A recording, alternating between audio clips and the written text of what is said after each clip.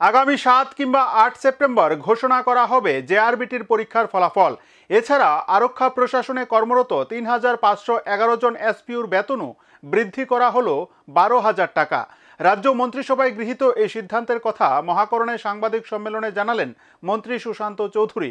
তিনি আরও জানিয়েছেন, মন্ত্রিসভায় সিদ্ধান্ত হয়েছে পর্যটন দফতরে ৫১টি পদ ও নতুন করে ৯১৬ জন কনস্টেবল নিয়োগ করার। দীর্ঘ প্রতীক্ষার অবসান ঘটিয়ে অবশেষে ঘোষণা হতে চলেছে রাজ্য সরকারের বিভিন্ন দপ্তরে গ্রুপ সি পদের নিয়োগ প্রক্রিয়ার পরীক্ষার ফলাফল। আগামী 7 কিংবা 8 সেপ্টেম্বর ঘোষণা করা হবে জেআরবিটি পরীক্ষার ফলাফল। এমনটাই সিদ্ধান্ত হলো রাজ্য মন্ত্রিসভার বৈঠকে। শুক্রবার মহাকরণে মুখ্যমন্ত্রী পৌরোহিত্যে অনুষ্ঠিত হলো মন্ত্রিসভার গুরুত্বপূর্ণ বৈঠক। বৈঠকে রাজ্যের বন্যা পরিস্থিতি সহ সার্বিক দিক নিয়ে আলোচনা হয়। দীর্ঘ আলোচনা শেষে একগুচ্ছ সিদ্ধান্ত গৃহীত হয় মন্ত্রিসভার বৈঠকে। এর মধ্যে অন্যতম হলো জেআরবিটি পরীক্ষার ফলাফল ঘোষণা, এসপিউদের বেতন বৃদ্ধি সহ বিভিন্ন দপ্তরে নতুন করে শূন্যপদ পূরণের। শনিবার বিকেলে মহাকরণে আয়োজিত এক সাংবাদিক সম্মেলনে মন্ত্রিসভার গৃহীত সিদ্ধান্তগুলি তুলে ধরেন মন্ত্রী সুশান্ত চৌধুরী। এদিন তিনি জানান, আগামী 7 কিংবা 8 সেপ্টেম্বর ঘোষণা করা হবে জেআরবিটি পরীক্ষার ফলাফল, যে ফলাফলে প্রতীক্ষায় ছিলেন পরীক্ষার্থীরা। এছাড়াও মন্ত্রিসভায় সিদ্ধান্ত হয়েছে, এতদিন আরক্ষা প্রশাসনে কর্মরত এসপিউদের মধ্যে একটা বেতন বৈষম্য ছিল। সেই বৈষম্য দূর করে এখন ৩,৫১১ জন এসপিউর প্রত্যেকের বেতন ১২,০০০ টাকা করার সিদ্ধান্ত নেয় মন্ত্রিসভা। এর জন্য রাজ্য সরকারের অতিরিক্ত খরচ হবে ২,৪৮,৫৪,৩৬৯ টাকা। মন্ত্রী শ্রী চৌধুরী আরও জানান, পর্যটন দপ্তরে ৫১টি শূন্যপদ এবং আরক্ষা প্রশাসনে নতুন করে ৯১৬ জন কনস্টেবল নিয়োগ করার সিদ্ধান্ত হয়। মাননীয় মুখ্যমন্ত্রীর পৌরোহিত্যে এই ক্যাবিনেট মিটিংয়ে গুরুত্বপূর্ণ কিছু সিদ্ধান্ত গৃহীত হয়েছে।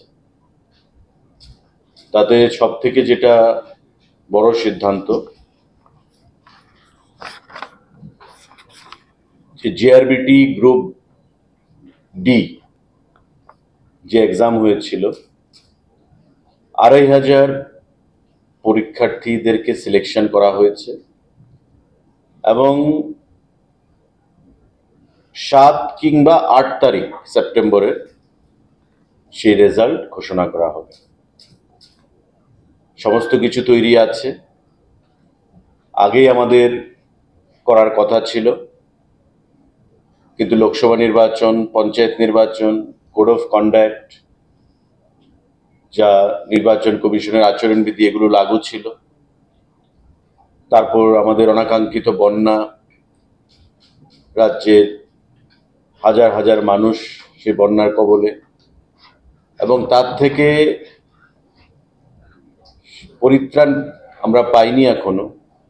প্রশাসন মানুষকে পরিত্রাণ দেওয়ার জন্য কাজ করছে, কিন্তু দীর্ঘদিন ধরে যে জিনিসটা পেন্ডিং, রাজ্য মন্ত্রিসভায় সিদ্ধান্ত গ্রহণ করা হয়েছে যে আগামী 7 কিংবা 8 তারিখ এই জেআরবিটির রেজাল্ট ঘোষণা করা হবে।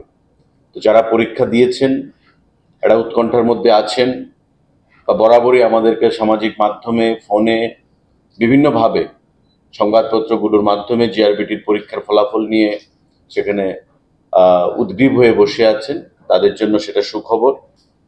যারা সফলতা লাভ করবেন তাদেরকে সবাইকে রাজ্য মন্ত্রী পরিষদের তরফ থেকে আমরা অগ্রিম অনেক অনেক শুভেচ্ছা জ্ঞাপন করছি। 7 কিংবা 8 তারিখে জেআরবিটির রেজাল্ট সেখানে ঘোষণা করা হবে।